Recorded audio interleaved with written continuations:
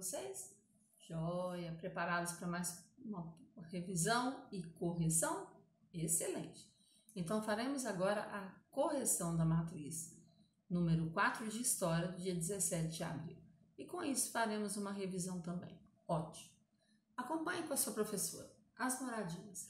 As moradias são geralmente adaptadas ao tipo de local onde estão sendo construídas. Portanto, é preciso levar em consideração as características geográficas de cada lugar, como o tipo de solo, a altitude, a presença ou não de recursos hídricos, a disponibilidade de espaço, clima, entre outros.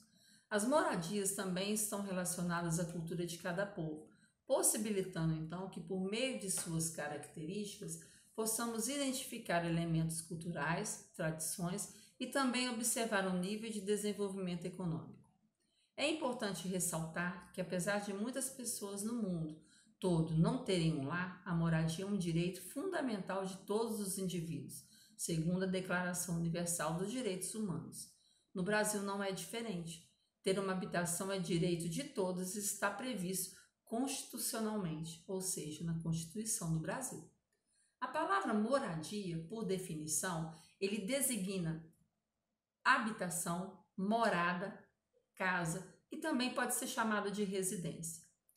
Os tipos de moradia foram sofrendo alterações ao longo do tempo. Na pré-história, os homens viviam em cavernas e grutas. Foi a primeira moradia que surgiu, ou seja, locais proporcionados pela natureza, e o intuito era justamente ter a proteção adequada para as variações climáticas e os perigos oferecidos pelos animais que existiam naquela época. Com o passar do tempo, as construções de fato começaram a ser feitas. E aí, a princípio, também com materiais disponíveis na natureza. Surgiram as casas de palhas, com folhagens, com galhos, troncos de árvores, couro de animais, além de cipós, ficavam entre os mais usados. Então, nós temos também dois tipos de moradia. A moradia urbana e a moradia rural. Nós temos vários tipos de moradias dentro de uma área urbana, de uma área da cidade. Então vamos ver. As moradias urbanas são as construções feitas nas cidades para a formação das famílias. Nas cidades são utilizados materiais para a construção de casas de alvenaria, que usam tijolo, cimento e areia. Esse tipo de moradia pode ser o térreo, ou seja, um andar só, ou com mais de um andar, chamados sobrados, casas de 2 andares, por exemplo. Também podemos encontrar na cidade, as moradias urbanas, prédios e edifícios em toda a cidade, onde várias famílias moram no mesmo local. Os prédios e edifícios são divididos em apartamentos onde cada família mora em um deles. Então, eles abrigam várias famílias ao mesmo tempo, cada uma dentro do seu apartamento. As moradias rurais. As moradias rurais são em grande maioria mais humildes, com poucos cômodos, onde as famílias que vivem no campo moram e tiram da terra o sustento da sua família. Então, essas moradias são mais simples. Podemos encontrar também, nos lugares mais afastados das cidades, casa de pau a pique, que são esse tipo de casa aqui. Eles são feitos com estacas de madeira e barro e são produzidas pela própria família. Então, elas constroem essa casa para os moradores dessa mesma família. Então, eles vão formando os lugarejos com esse tipo de casa. Nós temos também, na área rural, as casas que podem ser as casas grandes de alvenaria, como em fazendas e sítios, que além de abrigar a família, ser a moradia da família, ela funciona também como escritório de trabalho, como setor comercial. Vai ter um escritório, vai ter um almoxarifado, vai ter várias outras funções. Então, geralmente, essa casa de fazenda é uma casa muito grande, porque além de funcionar como moradia, como habitação de uma família, ela também vai funcionar como escritório da empresa da família. Agora, as vilas operárias e o cortiço. As vilas operárias e cortiços, elas surgiram há muito tempo atrás. E vamos conhecer o que significa cada uma delas. As vilas operárias eram os conjuntos habitacionais construídos para alojar os trabalhadores de fábricas. Por que era construído para eles? Para que eles pudessem morar mais perto do trabalho e evitar o deslocamento em trânsito intenso. Então, eles moravam perto da fábrica, perto do local de trabalho. Eles não chegariam atrasados, não atrapalharia a ordem da fábrica, né, a quantidade de funcionários. Eles não iam ter trânsito intenso para enfrentar um deslocamento para o outro. Então, eles morariam ali enquanto eles foram funcionários daquela fábrica. Já o cortiço é a denominação dada a uma casa cujos cômodos são alojados, um do lado do outro, servindo cada um deles como habitação para uma família. O cortiço ele foi muito usado quando teve a vinda dos imigrantes aqui para o Brasil, italianos, japoneses, alemães e outros, que vieram para o Brasil. Os cortiços eram como se fossem os cômodos um do lado do outro e cada família vivia dentro desse cômodo. As instalações sanitárias, ou seja, banheiro, chuveiro, são comuns a todos os moradores. Então, era um banheiro só, né, no caso, para todas as famílias utilizarem. Os espaços são reduzidos e a falta de qualidade de vida são constantes na rotina de um cortiço. Então, eles têm lá, né, não tem infraestrutura, é um morando do lado do outro. E as áreas comuns são para todos. Mais tarde, os cortiços foram substituídos pelas favelas. Então, as favelas surgiram depois. Hoje, são uma realidade em todas as cidades do Brasil e do mundo. As favelas são construções, uma do lado da outra, sem uma infraestrutura, sem um engenheiro fazendo os cálculos devidos, sem uma organização planejada do local. Em muitas cidades, as favelas são chamadas de comunidades ou de vilas. Aqui em Belo Horizonte, por exemplo, é chamada de favela mesmo. Mas tem, por exemplo, lá em São Paulo, elas são chamadas de vilas. Lá no Rio de Janeiro, elas são chamadas de comunidade, mas significa a mesma coisa.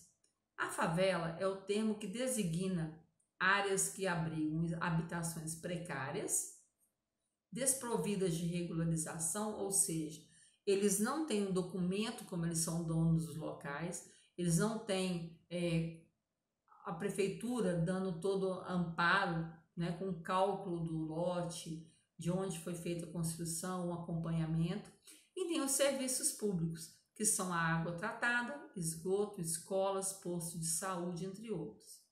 Nós temos aí situações no Brasil que o esgoto corre na rua, a céu aberto. Não é encanado como a nossa casa, a nossa, né, família aqui em Belo Horizonte, as nossas famílias possuem. As favelas, elas são caracterizadas por abrigarem pessoas de baixa renda e com baixa qualidade de vida. Hoje no Brasil existem muitas cidades que estão regularizando as moradias das favelas, levando urbanização, asfaltamento das ruas, rede de esgoto e água, escolas, transporte, posto de saúde, para que as pessoas possam viver dignamente. Isso depende muito do governo.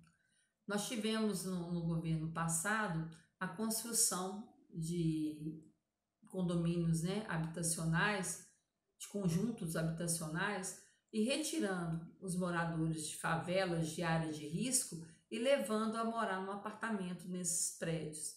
Aqui mesmo, perto da nossa escola, na região ali perto do Alipe de Melo, nós temos o conjunto habitacional da Vila São José.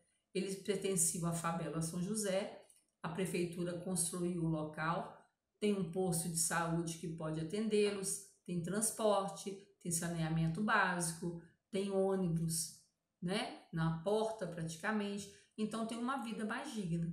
Mas isso não aconteceu com todas as favelas em Belo Horizonte, não, tá? Essa aí nós temos aqui perto um exemplo, mas não aconteceu com todas.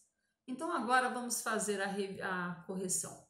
Segundo o texto, as pessoas moram em moradias. Define no segundo texto o que vem a ser uma moradia.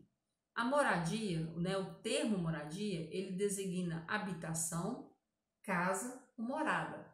Ou também você pode chamar de residência se você desejar. As moradias são adaptadas ao local onde estão construídas.